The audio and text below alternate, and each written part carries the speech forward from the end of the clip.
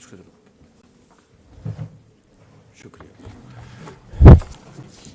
بسم اللہ الرحمن الرحیم. محترم جناب ریاض پیرزادہ صاحب،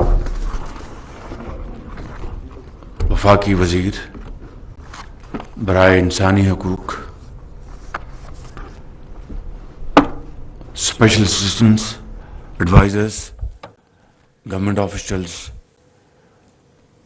افواج پاکستان کے آفیسرز، این جی اوز اور پاکستان کی مائع نواز اور ممتاز خواتین جو کہ آج وفاق میں اور صوبوں میں بڑی امپورٹنٹ جو پوزیشنز ہیں ان کے پر وہ کار فرما ہیں، میں آپ سب کو دل کی گہرائیوں سے آپ کو خوش آمدید کہتا ہوں اور آپ کا شکریہ ادا کرتا ہوں کہ اس جو خواتین کی امپاورمنٹ جو ہے اس کے لیے آپ یہاں پر اس مجلس میں تشریف لائیں. میں آپ کا بہت شکر گزار ہوں. اس پروگرام کے حوالے سے آپ نے تفصیل ابھی ڈاکومنٹری میں دیکھ لی. میں اس کی تفصیل میں جا کر آپ کا وقت ضائع نہیں کرنا چاہوں گا.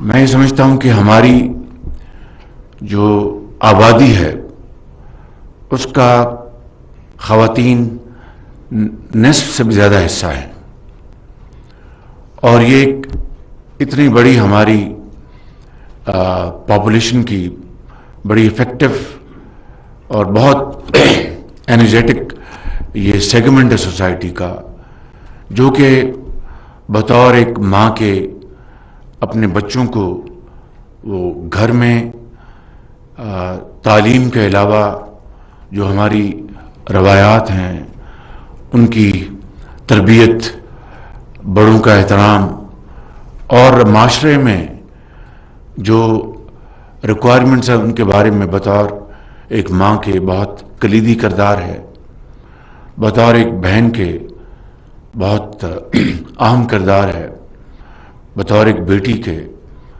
ایک نہایت ایک بڑا افیکٹو کردار ہے. تعلیم حاصل کرتی ہیں، ٹیچرز بنتی ہیں، معاشرے میں آگے بڑھتی ہیں.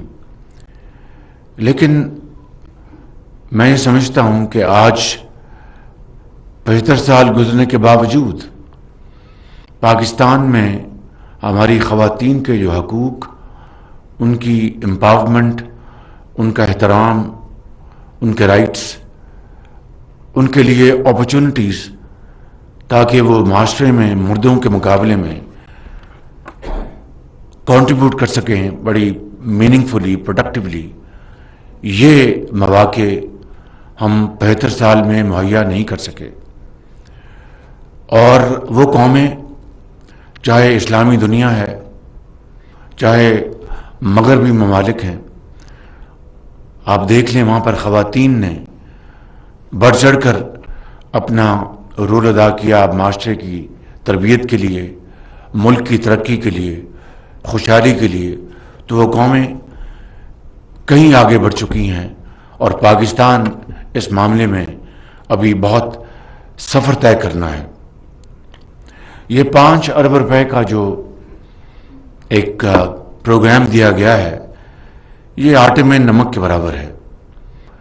میں ماضی میں جائے بغیر یہ کہنا چاہوں گا کہ جب میں نے پنجاب میں خدمت کی بطور خادم، تو وہاں پر ہم نے بے شمار پروگرامز بچیوں کے لیے ہم نے وہاں پر اس کا اجرا کیا تھا.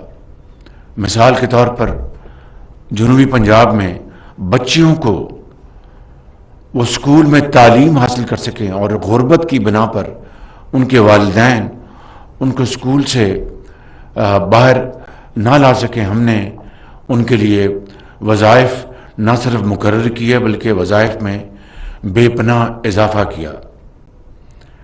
ایک پروگرام تھا پنجاب اسکل ڈیولپمنٹ کمپنی، یہ ایک اشتراک تھا حکومت پنجاب کا اور برطانیہ کے ایک ادارے کا، جس کے ذریعے ہم نے پہلے ہم نے سٹارٹ کیا جنوبی پنجاب سے، جہاں پر یقیناً وہ ترقی کی دوڑ میں پنجاب کے باقی علاقوں کے مقابلے میں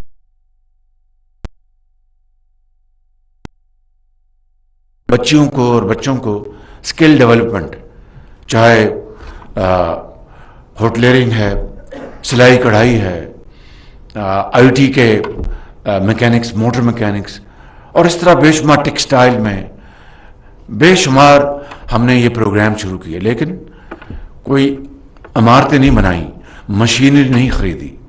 سو what I am seeing is کہ we did not invest in brick and mortar. We invested in the students, in promotion of our female girls education. اور اس طرح ہم نے وظیفہ ماہانہ مقرر کیا، اور ان کمپنیوں کو ہم نے سلیکٹ کیا، ان کو ہم پیمنٹ دیتے تھے، اور یہ بچیاں وہاں جا کر اور بچے وہاں جا کر یہ ہنر سیکھتے تھے.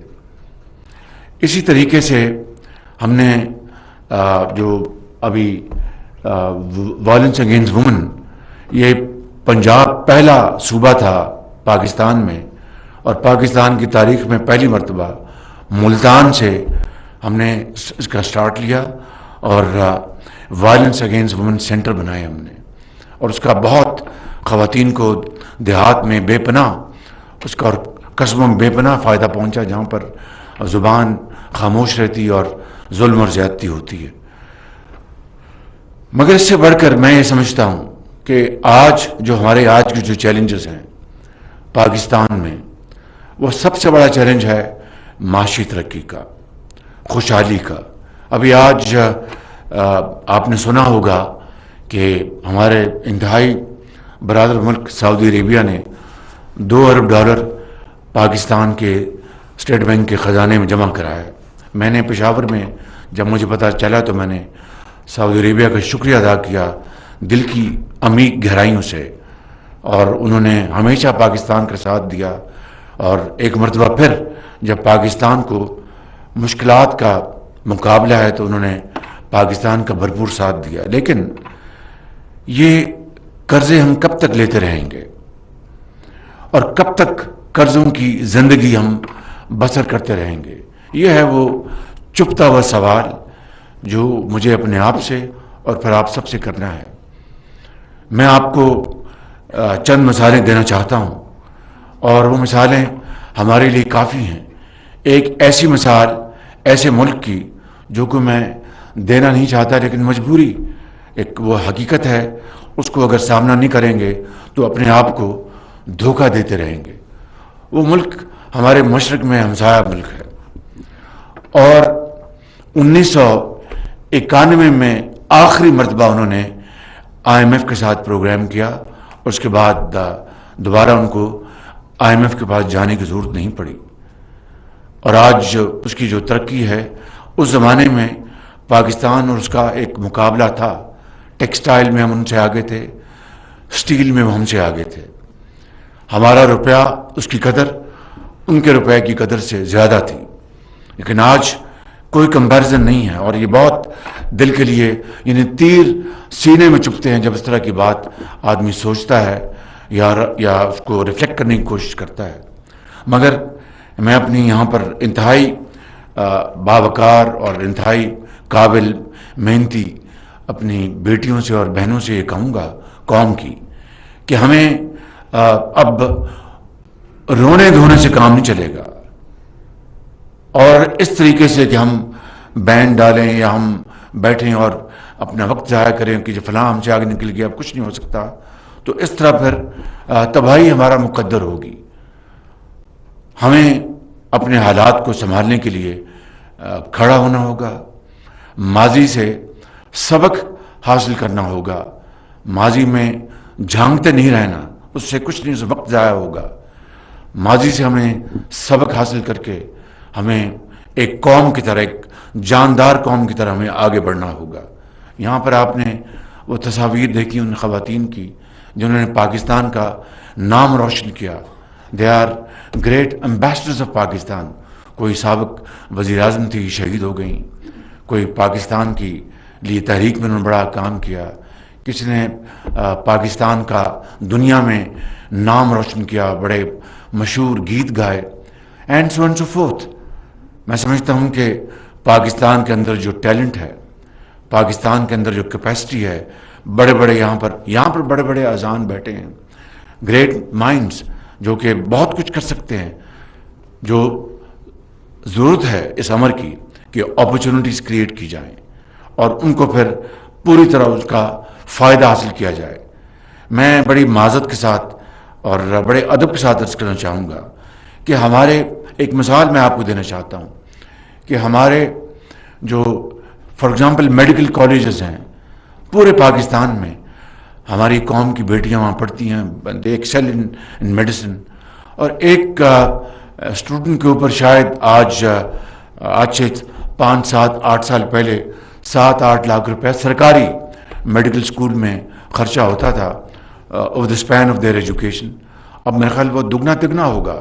اگر آپ اوسطاً بات کر لیں 20 لاکھ روپیہ یا 15 لاکھ روپے لگ رہا ہوگا ایک اسٹوڈنٹ کے اوپر. اب وہ قوم کی بیٹیاں ایک انتہائی سبسڈائز تعلیم حاصل کرتی ہیں. آف کورس داخلہ وہاں پر میرٹ میں، پنجاب میں تو میرٹ میں تھا اور مجھے یقین ہے باقی صوبے بھی اسی میرٹ کو فالو کر رہے ہوں گے. لیکن جب وہ تعلیم حاصل کر لی تو اس میں سے کوئی شک نہیں کہ بے شمار قوم کی بیٹیاں ہسپتالوں میں جاتی ہیں، جا کے دکھی انسانیت کی خدمت کرتی ہیں. لیکن ایسی تعداد میں بھی کوئی کمی نہیں کہ وہ میڈیکل ایجوکیشن حاصل کر کے شادی کر کے پھر وہ گھروں میں بیٹھ جاتی ہیں یا پھر وہ کافی پینے ریسٹورنٹ میں چلی جاتی ہیں. یہ ہے وہ ایشو جس کو ہمیں بڑی ایک خندہ پیشانی سے اور بڑے حوصلے کے ساتھ اس کو ایڈریس کرنا ہوگا. آج جہاں پر شہروں میں ہمارے